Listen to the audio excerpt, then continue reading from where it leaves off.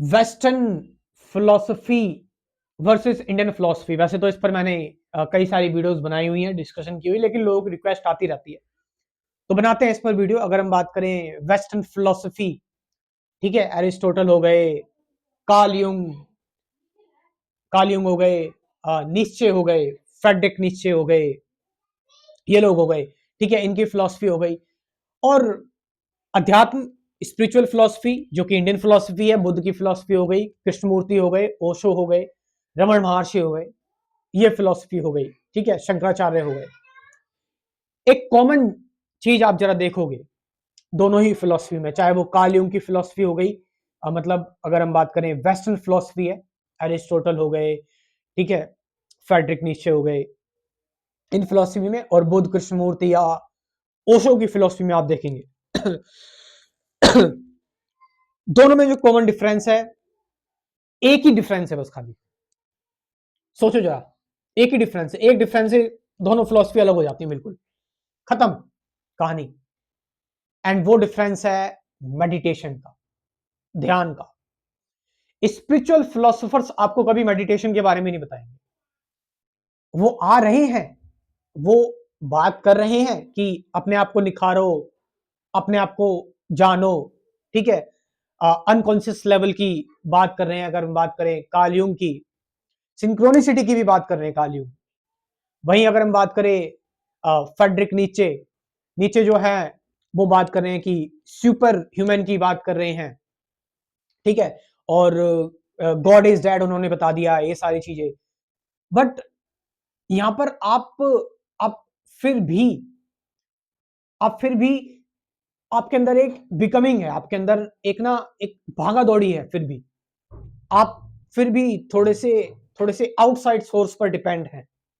आप समझ रहे कि मुझे कुछ करना है, मुझे कुछ बनना है, मुझे कुछ होना है, I have to transform myself, मुझे अपने आप को ट्रांसफॉर्म करना है, मुझे किसी लेवल को अचीव करना है। मतलब यहां पर कंपटीशन अभी भी है, मींस पीस नहीं है, शांति नहीं है। आप समझ रहे हैं, एक एक रैट रेस है, एक भागा दौड़ी है, एक ऑब्सेशन है अभी भी यहां पर। But Indian philosophy on the other hand, जैसे कि मैंने बताया, कॉमन बात है मेडिटेशन की, ध्यान की, कि जस्ट मेडिटेट। आप मेडिटेशन कर रहे हैं, ध्यान कर रहे हैं, आप जब मेडिटेशन में हो तो आप अपने आप को रिलैक्स कर रहे हैं, no becoming, no any kind of doing, just objective awareness, passive awareness. आप समझ रहे हैं, और इस अवेयरनेस में आप क्या कर रहे हो कि आप कोई आउटसाइड तरीके से एक्ट नहीं कर रहे हैं, आपकी इंट्यूशन एक्ट कर रही है, आपकी इनसाइट एक्ट कर रही है, आपके अंदर फ्रीडम डेवलप हो रही है, आपके अंदर पीस डेवलप हो रही है, आपके अंदर एक एक साइलेंस डेवलप हो रहा है। आप समझ रहे हैं इस चीज को? सो इससे क्या हो रहा है, एक साइलेंस डेवलप हो रहा है, तो आपके अंदर एक कंप्लीट एक्शन डेवलप हो रहा है। अगर हम वेस्टर्न फिलोसफी को देखें, ठीक है, वेस्टर्न फिलोसफी में हम देखते हैं कि जो हिटलर थे वो फ्रेडरिक नीचे से बहुत ज्यादा इंस्पायर्ड थे। तो क्या किया फिर हिटलर ने फ्रेडरिक नीचे से इंस्पायर होकर, आप सभी लोग जानते हैं। लेकिन हम अगर यहां पर बात करें इंडियन फिलोसफी की, ठीक है, तो बुद्ध से कितने सारे लोग इंस्पायर हुए, और बुद्ध से जो लोग इंस्पायर हुए वो क्या क्या कर रहे हैं, उन्होंने सच में जीवन में, मतलब दुनिया में अच्छे काम किए। जो लोग इंस्पायर हुए कृष्णमूर्ति से, वो देखो लोग क्या काम कर रहे हैं, नो वायलेंस। मतलब यहां पर हमें एक चीज सिखाई जा रही है कि खुद को जानो, और खुद को जानने में शांत हो जाओ। जब आप शांत हो जाते हो तो कोई कंपटीशन नहीं, एक ठहराव आता है, और उस ठहराव की अपनी इंटेलिजेंस होती है, अपना एक्शन होता है। आपको कोई फोर्स्ड एक्शन नहीं लेना पड़ रहा है, कोई ऐसा एक्शन आपको नहीं लेना पड़ रहा है जिस एक्शन से लोग जो हैं वो, उनमें परेशानी डेवलप हो रही है, लोगों में आपाधापी डेवलप हो रही है। एक ध्यान के थ्रू, मेडिटेशन के थ्रू।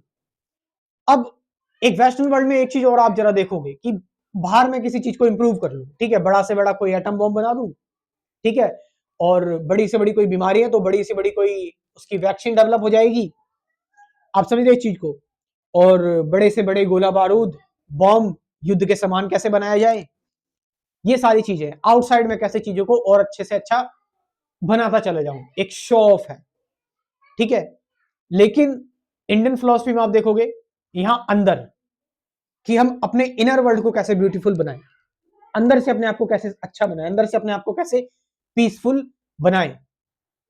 हालांकि मैंने बताया कि इंडियन फिलॉसफी और जो वेस्टर्न फिलॉसफी है, दोनों में एक छोटी सी चीज और मुझे नजर आती है कि थोड़ा सा जो इंडियन फिलॉसफी है, इंडियन फिलॉसफी में, हालांकि इंडियन फिलॉसफी ऐसी नहीं है, बट लोग थोड़े से, कई लोग ऐसे हैं जो इंडियन फिलॉसफी में अगर कोई नई चीज लेकर आता है या फिर कोई एक एक संशोधन सा आता है, एक चेंज सा आता है जो ओल्ड ट्रेडिशनल को चैलेंज करता है, तो इंडियन फिलॉसफी में कई लोग ऐसे होते हैं जो थोड़े से जो है वो रिजिड होते हैं, कंजर्वेटिव होते हैं, जो बदलाव को क्या करते हैं, विरोध करते हैं बदलाव का।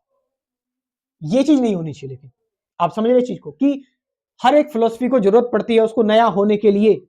इसीलिए तो बुद्ध आते हैं, कृष्णमूर्ति आते हैं, ओशो आते हैं कि जो पुरानी चीजें उनको खारिज करके और नया बनाते हैं चीजों को, ठीक है।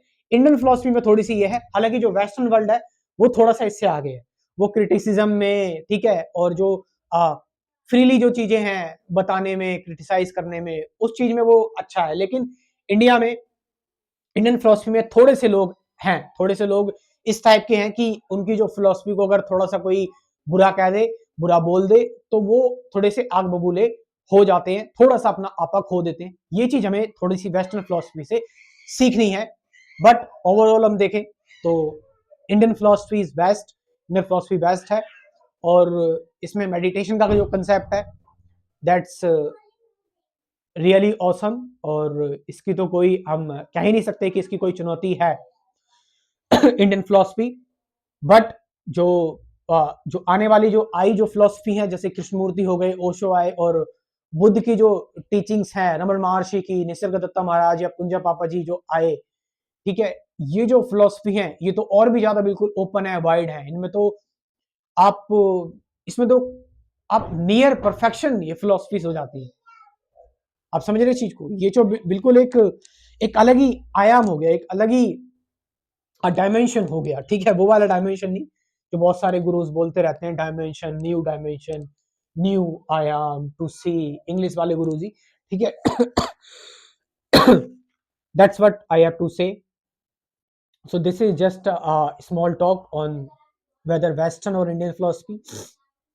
अब जो लोग थोड़ा सा स्पिरिचुअलिटी में इंटरेस्टेड है, लाइफ को जानने में इंटरेस्टेड है, I am inviting you to my spirituality के क्रैश कोर्स में, जिसमें कुल 24 टॉपिक्स हैं।